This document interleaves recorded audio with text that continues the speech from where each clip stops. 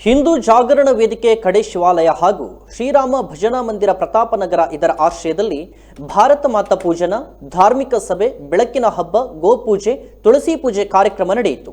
ಈ ಕಾರ್ಯಕ್ರಮ ದೀಪದ ಬೆಳಕಿನಲ್ಲೇ ನಡೆದಿದ್ದು ಬಹಳ ಸರಳವಾಗಿ ನೆರವೇರಿದೆ. ಈ ವೇಳೆ ಕರ್ನಾಟಕ ಕ್ರೀಡಾರತ್ನ ಕಡೆ ಶಿವಾಲಯದ ಪ್ರತಿಭೆ ಕುಮಾರಿ ಜಯಲಕ್ಷ್ಮಿ ಇವರನ್ನ ಸನ್ಮಾನಿಸಲಾಯಿತು. ಕಾರ್ಯಕ್ರಮದಲ್ಲಿ 200ಕ್ಕೂ ಅಧಿಕ ಕಾರ್ಯಕರ್ತರ ಜೊತೆ ಊರ ಪ್ರಮುಖರು ಹಾಗೂ ಹಿರಿಯರು ಭಾಗವಹಿಸಿದ್ರು. ಶ್ರೀಮತಿ ಶಾರದಾ ದಾಮೋದರ ಆಚಾರ್ಯ ಅವರ ಅಧ್ಯಕ್ಷತೆಯಲ್ಲಿ ನಡೆದ ಕಾರ್ಯಕ್ರಮದಲ್ಲಿ ಧಾರ್ಮಿಕ ಚಿಂತಕರಾದ ಶ್ರೀಕೃಷ್ಣ ಉಪಾಧ್ಯಾಯರು ಸಮಯೋಚಿತ ಭಾಷಣವನ್ನ ಮಾಡಿದ್ರು.